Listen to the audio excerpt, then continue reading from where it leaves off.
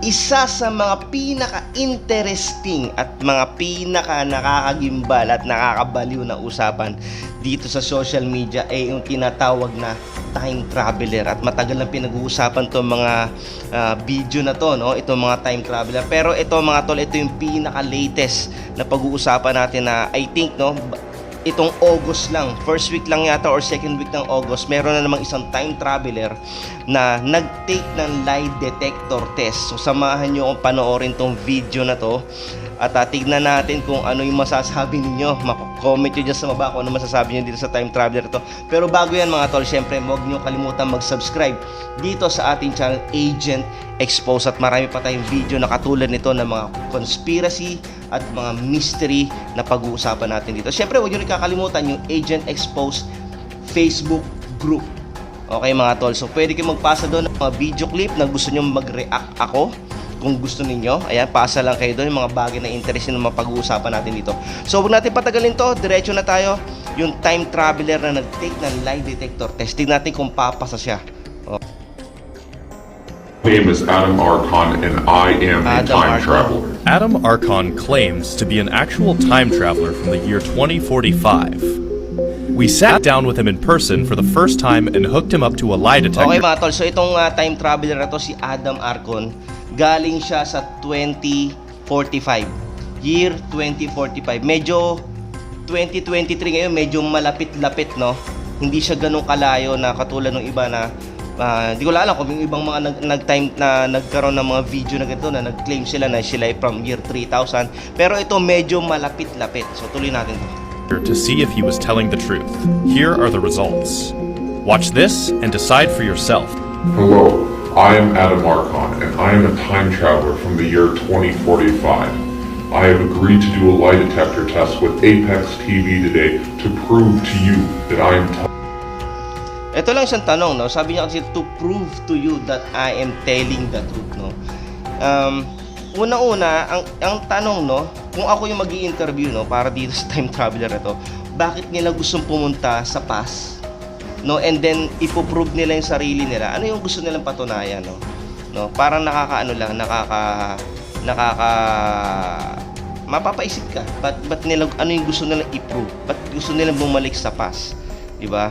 Parang actually kung tayo makikinig dito, parang iisipin ko, no, parang gusto niyo ba malaman kung ano yung mangyayari sa future? Kasi merong pros and cons kung ano yung mangyayari sa future.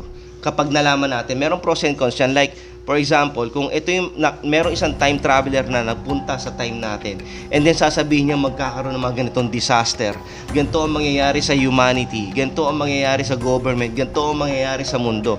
Tingin nyo, gugustuhin nyo pang mabuhay sa present? Kasi kung alam natin na doon mapupunta yung humanity, no, yung mga tao, sa ganong klase ng senaryo, na lahat tayo, like for example, mahihirapan na tayo, magkakaroon ng taggutom, magkakaroon ng matinding mga gera, tingin ko, medyo magiging paranoid tayo noon, di ba?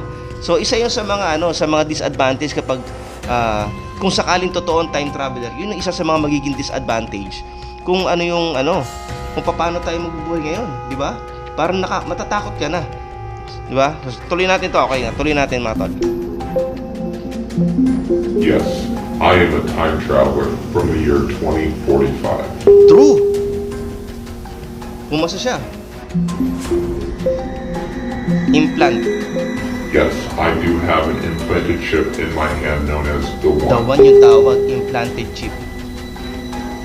You see, when a chip is put into your hand, like it was in my case, or any part of the body, which in other cases can be, since it is a foreign object, my body was slightly rejecting it, so my hand was getting swollen. Luckily, as you can see now, the swelling has completely gone down, and everything is basically normal. Ayun, may reaction ako doon about doon sa sinabi niya na implanted chip, no? Actually guys, nag-e-exist na yung implanted chip sa ibang bansa. Nag-e-exist na yung implanted chip sa ibang bansa. So, ibig sabihin, sabi niya kasi kanina, yung kiniklaim niya, yung sinasabi niya na parang hindi tinatanggap ng katawan niya yung chip, no? Hindi tinatanggap ng katawan niya yung chip. So, namagada yung kamay niya. So, parang pinakita niya, tignan nyo dito, parang sabi niya kanina, parang ito okay na, hindi na siya swollen ngayon, tinanggap na siya ng katawan ko. Ano bang ibig niya sabihin doon? Kaka-implant lang sa kanya ng chip? No? Kung siya ay taga 2045, no? Kung taga doon talaga siya, ibig sabihin bago lang siya nalagyan ng chip. Kasi sa panahon natin ngayon, meron ng chip. Or maybe siguro ibig niya sabihin, nung panahon niya is mass production na, no? Halos lahat siguro sa buong mundo meron ng chip, no? Sige, tuloy natin to kung ano pa. Yung una, pumasa siya, taga time traveler daw siya. Okay, sige, mamaya pa yung ibang reaction natin tungkol dito. Tuloy. Yes, it is true that aliens did land on Earth in August 2028. In fact, we have known of the existence of aliens before 2028, but it isn't until 2028 that it becomes public knowledge. True din, no? Pumapasa siya eh. Okay, yung tungkol sa mga alien, mga tol. Itong sinasabi niya until 2028 daw, no? Na nagkaroon ng public knowledge ang mga tao. Hindi ko alam kung sa bansa lang niya o sinasabi niyang public knowledge ay buong mundo. Pero actually, last time para may na-check ako, pati yata sa mainstream media na pag-usapan na rin ito. Kasi actually, at this very moment, itong time na to, pinag-uusapan na sa US. Kasi sinabi na ng US, parang CIA yata, no? Inamin na nila na yung mga nakikitang video dati, yung mga video clips sa mga UFO, yung mga videos, sangkaterbang videos na yan, ngayon lang nila sinabi na, okay, totoo ang alien. Totoo yung mga nakita nyo. So, parang ito, sinasabi niya na 2045 siya, tapos 2028 daw nagkaroon ng public knowledge. 2023 pa lang ngayon. May public knowledge na. 'Di ba? So ano to? Paano siya pumasa dito? Paano siya pumasa sa lie detector test na to? 'Di ba? O magaling siyang magtago ng ng reaction ng katawan niya, naaral niya makontrol. Okay, tuloy natin to. Yes, it is true that time travel was released to the public in 2028, but it was invented in 1981. It was just kept secret until they released True it din, no? publicly. Doon naman sa sinabi niya na yung time travel, no? Parang 2028 din. Publicly, 2028, no? Time travel. Pero sabi ko nga kanina, matagal na pinag-uusapan to. Kung magre-research kayo, do your own research mga tol. Matagal na pinag-uusapan na tong mga time travel na to. At iba-iba na yung mga video at interview. Hindi lang siya ang na-interview, marami na. No, kaya iniisip ko, no, tingin nyo, totoo ba ang time travel? Magre-research pa rin tayo dito mga tol, samahan nyo ako. Abangan nyo to sa mga previous video natin. Sige, tuloy natin to. So ito naman tol, yung tanong, is it true that all countries converge into one? So isa sa mga pinag-uusapan din mga tol ay yung tinatawag na New World Order, one world religion, one world currency, one world government, no? So itong tanong na to, ito isa sa mga nakaka-intriga. Is it true that all countries converge into one? So wala na sigurong, imagine ko, tama ba yung pagkakaintindi ko, wala ng peso, wala ng dollar, isang currency na lang. At anong currency yon? Diba? At wala ng presidente, isa na lang ang sinusunod, no? Or not unless para magkakaroon na lang parang merong isang leader at under nun lahat ng bansa sa kanya, diba? So ito, tinatin ko ano yung magiging sagot niya dito at kung papasa siya. Yes, in 2030, all of the world's countries converge into one supernation. Within the nation, 7 districts are formed. In fact, the United States becomes a state in District 3. Yes, the districts are formed and resembled as the continents once were. Ayun tol, mga tol. Sabi niya, yung United States, parang naging state lang siya, yung buong continent niya sa District 3. So imagine, hindi natin alam, no? Wala siyang sinabi kung saan at sino yung magiging pinaka-leader. Pero parang sinasabi niya na ang United States ay isa lang sa mga district. Parang halimbawa, Southeast Asia District 1, South America District 2, North America, District 3, Europe, District 4. Parang something na ganon, parang ganon. Pero wala siya sinabi binanggit kung sino yung magiging pinaka-leader. Ito yung next question. Pero pumasa siya, wala pa siyang wala pa siyang mga binabagsak at wala pa siyang false. Okay, next question is the world really governed by AI? Ooh. Yes, there in Okay, fact is tuloy. an AI that governs the entire world and 10 people that monitor its decisions. The 10 people mainly monitor the AI's programming and check its morality to see if its decisions are best suited for the people. Okay mga tol, ito yun, ito isa. Parang iaasa na talaga ng mga tao, pati na mga leader sa AI yung decision. Although monitor daw sila ng 10 tao. Like say for example, hindi niya rin binanggit kung sino yung 10 tao dito. Pero ang masasabi ko dito, excuse me, parang maaaring ito yung mga prime minister, maaaring ang hari, maaaring president na makapangyarihan, or maaari, no, pwede na yung mga tinasabi natin mga elites or mga secret society or whatever na gusto yung term na ibigay sa kanila.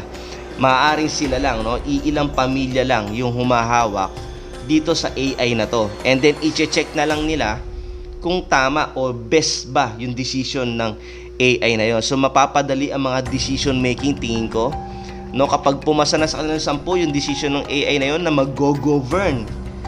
Again kanina yung sinabi ko kanina, hindi binanggit ko sino yung pinaka-leader. Ang mangyayari, parang yung mga leader ay nakatago behind AI. AI na lang ang humaharap, pero yung AI na yon ay hawak ng 10 tao. Parang ganon. Okay, tuloy natin. Ito next question, is it true that there's a single currency? Ito na yung sasabi ko, single currency in 2045. Yes, there is a single currency, and to form transactions with it, all you have to use is a chip that is Chip. implanted into your hand. Yes, there is no cash. Okay, about dun sa cashless society na halos hindi pa natin natatopic dito sa ating channel, pero magre-research pa tayo tungkol dyan. Pero yung tinatawag na cashless society, ito na guys yung sinasabi na ibig sabihin, wala nang tangible na pera. Wala nang tangible na pera, wala nang physical na pera na hinahawakan, kundi lahat na ay nandito sa naka-implant na sa kamay. So, alam ko meron ng mga video tungkol diyan na implanted na, no? So, wala nang makakabili at wala nang makakapagbenta, no? Kung wala yung chip na yon. Yun ang sabi nila, ayon sa kanila. Okay? Ayon po sa kanila. Pero actually again, inulit ko, meron na, nag-i-exist na ang implanted chip sa kamay, no? So, itong cashless society nito, ito ay parang nasa process na tayo ngayon. So, isa sa mga binabanggit nila ng mga expert, no, na magko-collapse ang economy. Magsasara ang mga bangko. And I think marami na rin mga bangko na nagsara sa US pa isa-isa. Hindi lang natin nararamdaman, pero marami na ang mga bangko na nagsasara. Kaya huwag sana tayong biglang magulat na baka biglang mag-announce ng bigla na lang tayo magulat na may ganitong bangko na magsara. Hindi na ako magbabanggit ng mga pangalan ng mga bangko, no? Hindi to sa hindi ko sinasabi mga tol, no, para takutin kayo, pero sinasabi ko to na just in case, maging handa po tayo. Hindi natin alam kung ano ang iniisip ng mga taong nasa likod nito, no? So, kung totoo man to, hindi natin sinasabing totoo to. Again, hindi rin naman natin pwedeng sabihin hindi to totoo, di ba? So, sige, sunod natin na question, is there really a universal AI release? 2033, universal AI. Let's go. Yes, there is an AI that is released to all of the world known as the Light. It is put into every single device, and you can ask it anything you want, and it will give it an answer to the best of its ability. So, parang meron ng parang universal AI. So, ngayon nga, parang meron na, di ba? Yung si Alexa. na kahit na anong itanong mo, sasagutin niya, no? Pero so ito, yun medyo bakit ano ba yun? Parang siguro sinasabi niya na mas convenient na halos lahat daw ng device siguro nasa laptop, nasa cellphone, nasa ilaw, no? Meron kasi mga ilaw na RGB na nagsasalita, di ba? Meron ng mga ganon. Or mga kahit na anong bagay na digital, no? Na pwede mo nang i-ask na parang si Alexa, parang ganon, na tanungin ng tungkol sa kahit na anong bagay, sasagutin niya. Okay, ito pa sunod. Are avatars released in the future? Yes, through the Avatar program, you were able to get your own avatar, connect to it from anywhere in the world, and then you can take the avatar anywhere in the world with superhuman abilities. Yes, you wear a suit to simulate yourself being the avatar, and the avatar will mimic your action. No, you can't get hurt. The avatars are nearly indestructible, but with the slight chance that they are damaged, it will not be transmitted to your body. Ayun, itong tinatawag na sinasabi naman nila na avatar. Kung hindi ako nagkakamali, parang sinasabi niya dito is, hindi ko alam hindi ko masyado maintindihan, pero para ba tong katulad ng sa yung avatar ng movie, no? Na parang nakahiga siya, and then yung existence mo, mag-i-exist ka doon sa avatar mo. Ramdam na ramdam mo physically na ikaw yung nasa avatar, pero iba na itsura mo. Something na ganon. Ganon ba sinasabi niya? Kasi parang nagkaroon ng second question, siguro yung nag-i-interview, sinabi na masasaktan ka ba? No, indestructible daw. Hindi daw namamatay yung avatar. At kung masaktan man yung avatar mo, hindi ka naman masasaktan physically. Maaari siguro maramdaman mo, pero hindi ka maapektuhan. Like for example, kung sinuntok yung avatar mo, siguro mararamdaman mo lang. I don't know, parang ganon. Or ang ibig niya sabihin dito sa avatar na to, yung parang katulad ng sinasabi sa Facebook or sa Meta, no? Na parang meron kang digital na avatar na sarili mo, na pwede ka makipag-meeting, pwede ka makipag-usap, na parang kahit wala ka doon sa lugar na yon, parang nandoon ka. Kasi yung surroundings mo, yung kitchen nung pinsan mo sa US, no, yung office ng best friend mo doon sa Africa, no, kung saan man, parang nandoon ka din.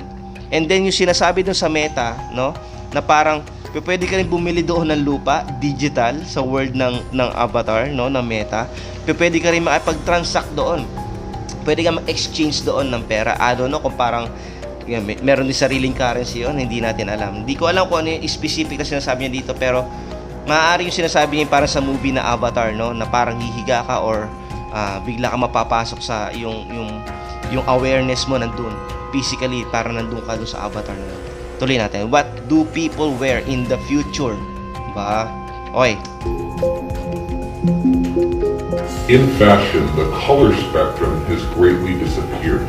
You mainly just see black and white on clothes in the future.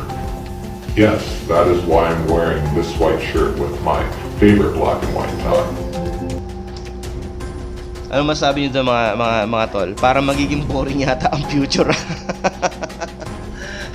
Mawawala na yata ng trabaho ang mga tao nito, ang mga fashion designer, no? Well, meron pa rin pala kasi limited na sila sa color like black and white. Okay. Medyo interesting yung tanong. Ba't natanong yun nung nag-i-interview? Okay, let's go. Ito, next question. Do you prefer simulations or actually the traveling? Do you prefer simulations or actually the traveling? Okay, let's go. I actually prefer the past. I enjoy the history part of it instead of the fictional part of it involved with the simulations. The main reason I actually came back here was because it's around before the time that I was born. Ooh. Ano ba yung sinasabi about sa simulation, mga tol? Medyo hindi ko masyadong naintindihan about the simulation. Pero parang sinasabi niya na mas prepare niya yung sa past kesa doon sa kinalalagyan niya ngayon. Maaring mas depressed ba ang mga tao sa future? Matindi ba ang anxiety because of the parang nawawala na ang humanity? Ibig sabihin, baka puro na lang AI at iilan na lang yung tao, hindi natin alam. No? Parang sinasabi kasi simulation is parang kang, like for example, kung alam niyo yung laro na Sims, no, yung The Sims, no, meron ka dong tao at ikaw yung nagko-control, nilalaro mo, nasa simulation lang siya. So merong mga tao at mga conspiracy theories na nagsabi na para tayo nasa simulation, para tayo nasa Matrix. O baka inumin nyo na yung red pill at blue pill ninyo dyan. Tuloy natin. Can normal people visit the past? Yes, people can go and visit things in the past, like to go visit the dinosaurs or major world events. They go in something that you would probably think of as a modern-day UFO. In fact, most UFO sightings in this time are future time travelers. There are people in those UFOs from the future coming back to watch past events. The UFOs have a technology to make them invisible, but at some times they can be faulty or the invisibility can fail, which leads to a UFO sighting. If anyone has any doubts or questions about what I have said, just wait and you will see that everything that I have described will come true. But I will also be happy to answer any questions anyone has.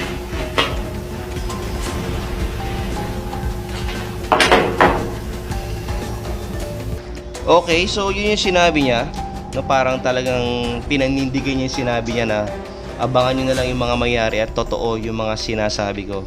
So ito daw sinasabi yung mga UFO, sa future daw pwede na tayong mag-visit pabalik sa past, no? Parang yung ano lang, yung cartoons nung bata ako sa Channel 30 na Time Quest, no? Na meron si Takore, bubutas ng isang portal, pwede ka na bumalik sa past. So nakaka-intrigue sinabi niya pati yung mga dinosaurs, no? Pero anong masasabi niyo dito mga tol? Tingin niyo ba pumasa siya sa mga sa mga question sa lie detector test na to? Pumasa siya, almost halos lahat pumasa siya. Parang lahat ng question pinasa niya, no? Lahat ng question pinasa niya. And tingin ko sa palagay niyo, totoo ba 'tong sinasabi niya? No, so i-analyze natin maigi, no? Like yung sinabi ko kanina, sabi na magkakaroon lang daw ng awareness public yung mga alien 2028, pero actually today inamin na ng US totoo daw, no? So titingin lang ako ng mga konting mga comment dito sa video na to na pinanood ko. Sabi dito, can I have lotto numbers for all of September and October 2023 please? Okay, kung time traveler to, no, you can have a fortune. Pwede ka tumaya sa lotto at mananalo ka ng jackpot, di ba? Paano yung mababago ba ang future, di ba? Hindi natin alam, no? So, tingnan natin ibang mga comments dito. Why not prove it and tell something that will happen in 2023? Parang mas ma-check na mas maaga. 'Di ba? Kung merong mangyayari, kung gusto niyang i-prove na totoo siyang time traveler, bakit hindi pa ngayon? O anong mangyayari September? Anong mangyayari sa November, October, December, this coming itong 2023? 'Di ba? Bakit pala pa tayong paghantay na sobrang layo na panahon, na taon? Maganda yung tanong niya dito, no? Ito pa. Ano ba masasabi? Meron nagsabi dito, Pilipino, balikan ko to sa 2030. Okay. Okay, ano pa? Where is this UFO hiding? Okay, ito matindi rin tanong na to, no? Nasaan daw sa Kenya? Di ba sabi niya kanina, yung mga time traveler daw yun, yung mga UFO, yung last question. Yung mga UFO daw sightings na nakikita natin is time traveler daw yung mga yun. Minsan daw nagfe-fail yung invisibility. Nagfe-fail yung invisibility kaya nakikita sila. Well, anyway, siguro yung mga sinasabi niya, hindi natin masabi kung totoo o hindi, no? Ito pa, basa pa tayo ng ilan. Ito, last na.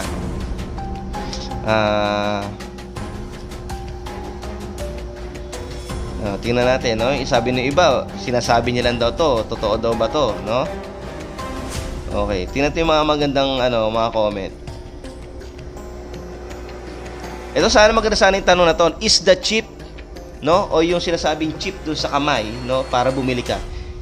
the mark of the beast, no? Ito, siguro matatakel natin to sa mga susunod. O ito pa, tanong, who is the president in 2024? Di ba? Sa US siguro to, sa US kung probably, siyempre sa US siguro yung interview na to. In 2024. Pero, meron yung sabi si Trump na. Again. Okay, so, ayun lang mga tol. Dito natatapos ito. Comment kayo so ba kung ano masabi nyo dito sa time traveler na to. Legit ba to? Porket ba pumasa sa lie detector test, masasabi natin legit siya. Okay, so ayun, iwan ko na sa inyo yung desisyon. Again, hindi ko po sinasabing totoo to, pero hindi ko rin po sinasabing hindi to totoo. No, kayo na po ang magdesisyon at maghahanap pa ako ng iba pang mga conspiracy. Kaya huwag niyo kakalimutan na mag-subscribe dito sa Agent Expose at syempre doon sa ating FB group. Doon tayo minsan magsama-sama. Hindi ko alam kung paano, any suggestion kung paano tayo magkikita-kita, mag-uusap-usap, no, kahit once a week or once a month, no, mag-usap-usap tayo doon, or ayun, bahala na. So ayun guys, see you on the next video. God bless. Ciao.